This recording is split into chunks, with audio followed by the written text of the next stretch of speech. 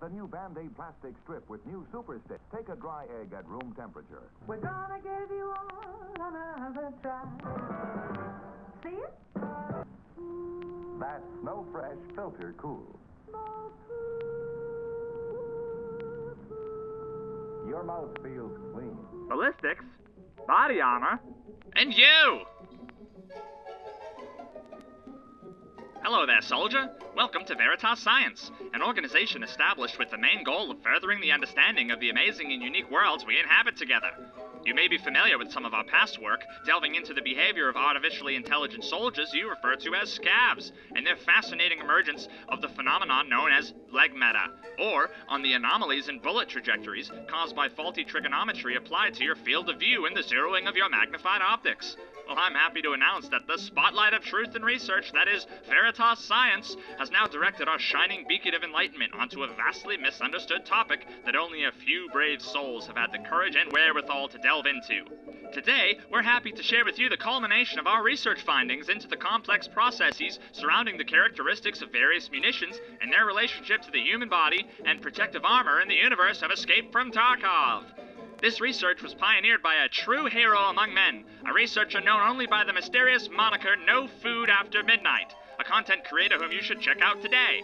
I have provided hyperlinks to their interactive worldwide web address on the futuristic platform known as Twitch, located in the user manual below your screen. You have undoubtedly already seen his work before if you've ever seen an Escape from Tarkov ballistic spreadsheet. This man is the ambassador of ammunition, the baron of ballistics, the professor of penetration. Wait, are we sure we want to call him that? And the community will forever be in his debt. We've begun clearing out a spot near our ballistics testing facility where the statue of No Food for Midnight will one day stand proudly, with a perpetual watchful eye over all future firearms testing undergone here at Veritas Science.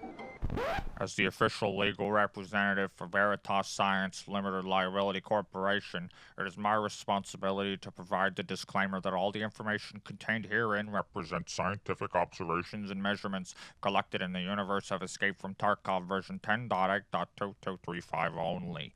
Any and all simulation values can change at any time outside of our control, so Veritas Science Limited Liability Corporation cannot be held legally responsible for any financial or physical damages, injuries, or deaths that occur as a direct or indirect result of any information contained or withheld herein. Taking the shot. Escape from Tarkov is currently home to over a dozen different calibers of ammunition, each being further broken down into countless subtypes. There's currently around 70 discrete cartridge options for you to choose from. What's that, Private? Why are there so many different types, you ask? You're a curious little fucker, aren't you? Keep that goddamn mouth shut for a couple minutes and let me explain. Every cartridge has a number of properties whose values differ depending on precisely what the bullet was designed for.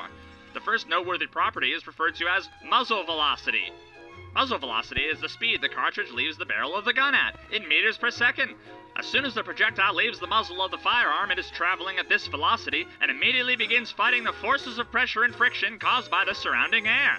This phenomenon is known as drag, and causes the bullet to begin slowing down immediately after being fired.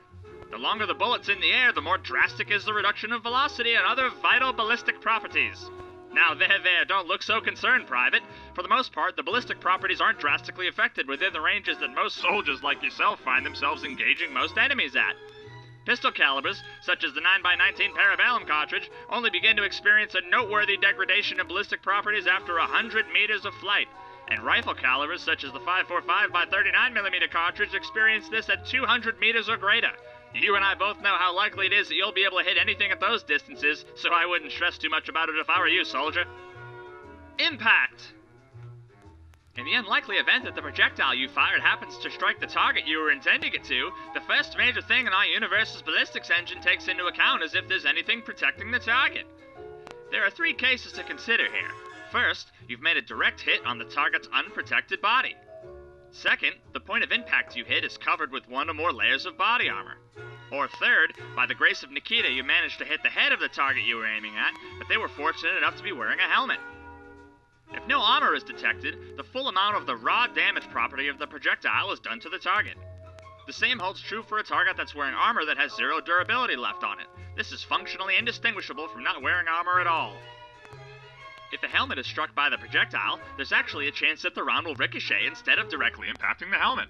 Just like ammunition, each helmet has its own unique set of properties as well, the relevant one here being the ricochet chance. The ricochet chance is used in conjunction with the angle of impact of the projectile to determine whether or not a ricochet will occur.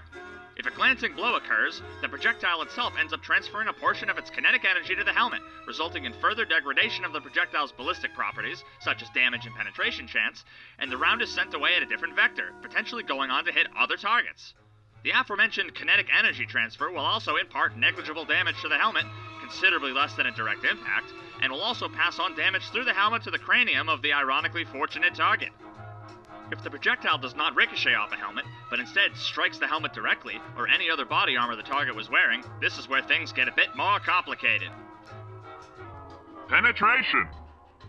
Whether or not the projectile is able to penetrate the helmet or armor is based on a myriad of circumstances. Every type of bullet has its own penetration value that determines its ability to penetrate various surfaces.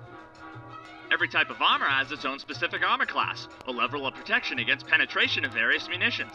Along with this, every type of armor has its own durability value, and with use and repair, the current and maximum durability values are reduced over time.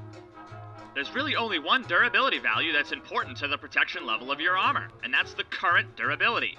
This value is always compared to the original maximum durability when the armor was new, and not the current maximum durability after damage and repairs. When an impact occurs, the projectile's penetration value is mathematically compared with the armor level and relevant durability values of the armor to determine if the bullet will successfully penetrate or not. What does that penetration value mean? How much damage is done, you ask? Hold your goddamn horses, Billy, we're not done here yet, and if I catch you speaking out of turn again, I'm going to show you firsthand what penetration feels. A fantastic heuristic to keep in mind when comparing armor class values with those handy-dandy ammo charts that NoFoodAfterMidnight has put together is that a round has approximately a 90% chance to penetrate armor if the penetration value is equal to that armor's class multiplied by 10. For example, the improved Outer Tactical Vest Generation 4 armor has an armor class of 5, and 545 by 39mm BS ammunition has a penetration value of 50. This means that a single BS round fired at a brand new Gen 4 armor will penetrate it about 9 out of 10 times. Conversely, if a round's penetration value is 10 less than 10 times the armor value, you only have a 10% chance to penetrate that armor when that armor is brand new. Ever wonder why you shot that bear in the face 3 times with your AKM loaded with 7.62 by 39mm BP ammo, and he stood there and took it like a fucking champ? Was it desync? Did they break hit reg again? Did that Asshole have God mode on? Well, next time that happens, consider that maybe you were just really unlucky, and also happen to be really fucking bad at statistics. BP has a penetration value of 45, and the Alton face shield he was wearing has an armor class of 5, meaning that first shot that hits him only has a 37% chance to penetrate. The second shot is basically a coin flip, and the third shot has about a 70% chance to penetrate. This means that if you replayed this scenario 100 times, just about 13 of these encounters will result in none of your 3 headshots penetrating his face shield. Keep these heuristics in the back of your mind at all times, soldier. It might just prevent you from taking a bullet to the front of it. If the bullet does indeed penetrate the layer of armor, before it can do damage to the target, the engine needs to check again for the presence of additional layers of armor, such as if the player is wearing an armored chest rig along with normal body armor. Adding multiple layers of armor makes this process much more complex, and results in an entirely different set of meta results throughout the course of the life cycle of the player and the armor. While the reduction in penetration value of the round is not significant enough most of the time to prevent further penetration, if the round fails to penetrate the chest rig, it will not impart any damage on the underlying body armor. Now, preventing damage to your armor, even if minimal, is much more significant than you may realize because of the vital role the armor's current durability percentage plays in all future ballistic impacts.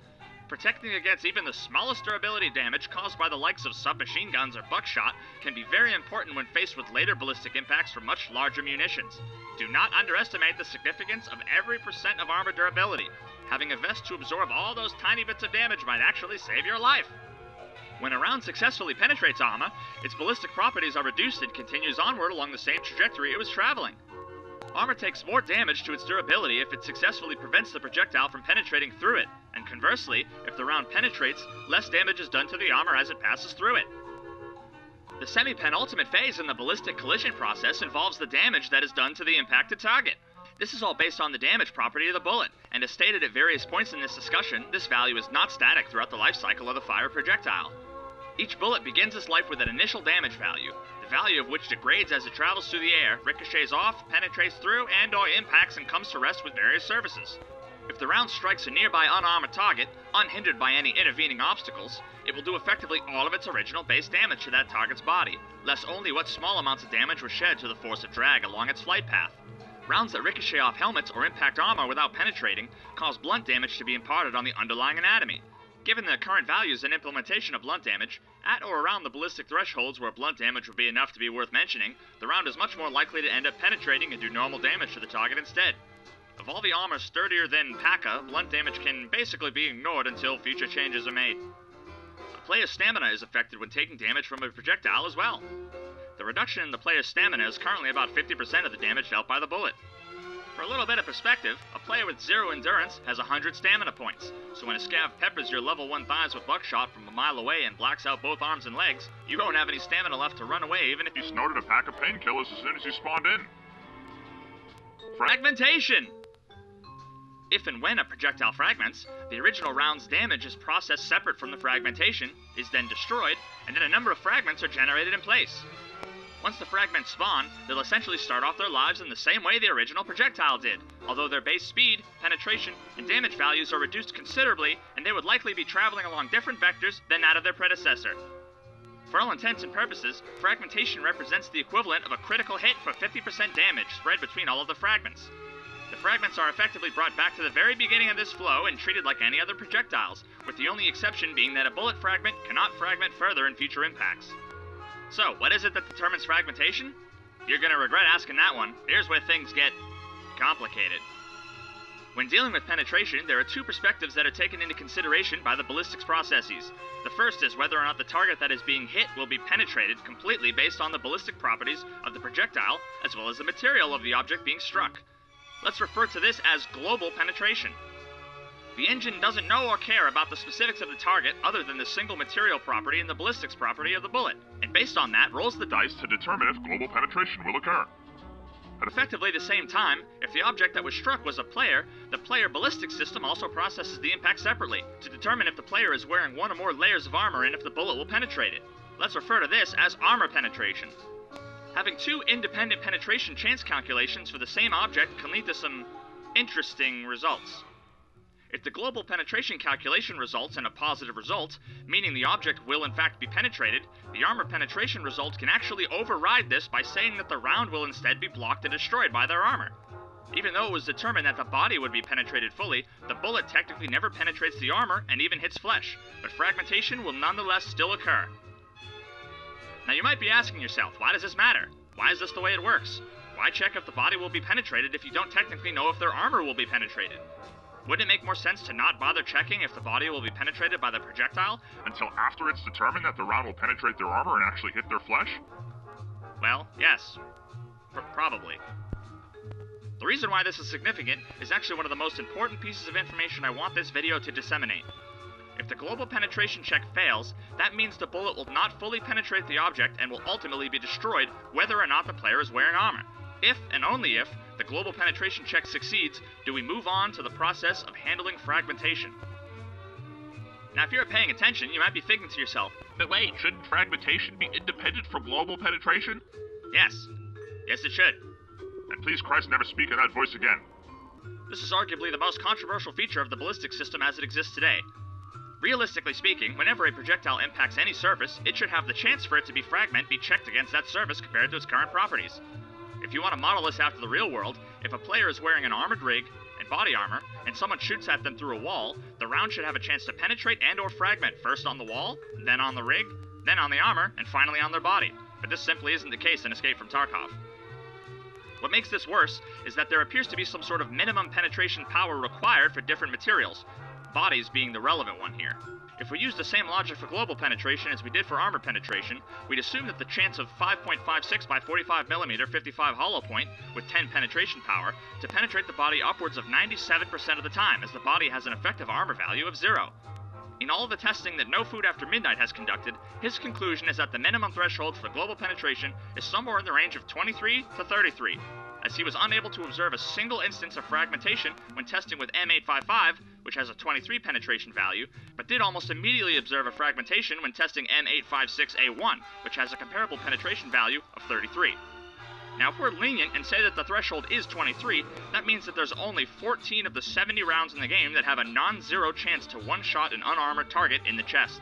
Now, theoretically speaking, if this threshold was reduced to 0, something that we believe is likely controlled server-side and can be changed on the fly anytime, 48 of the 70 rounds would instead be capable of fragmenting upon impact with the chest of an unarmed player, killing them in one shot.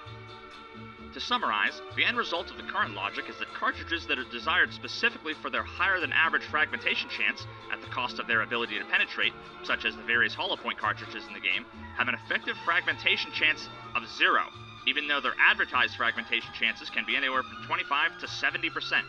Again, this is because the global penetration calculation will almost always return false, even if the target is not wearing any armor, so the fragmentation logic is completely short-circuited. Now, this issue is one of the most serious issues in the ballistic system at the moment.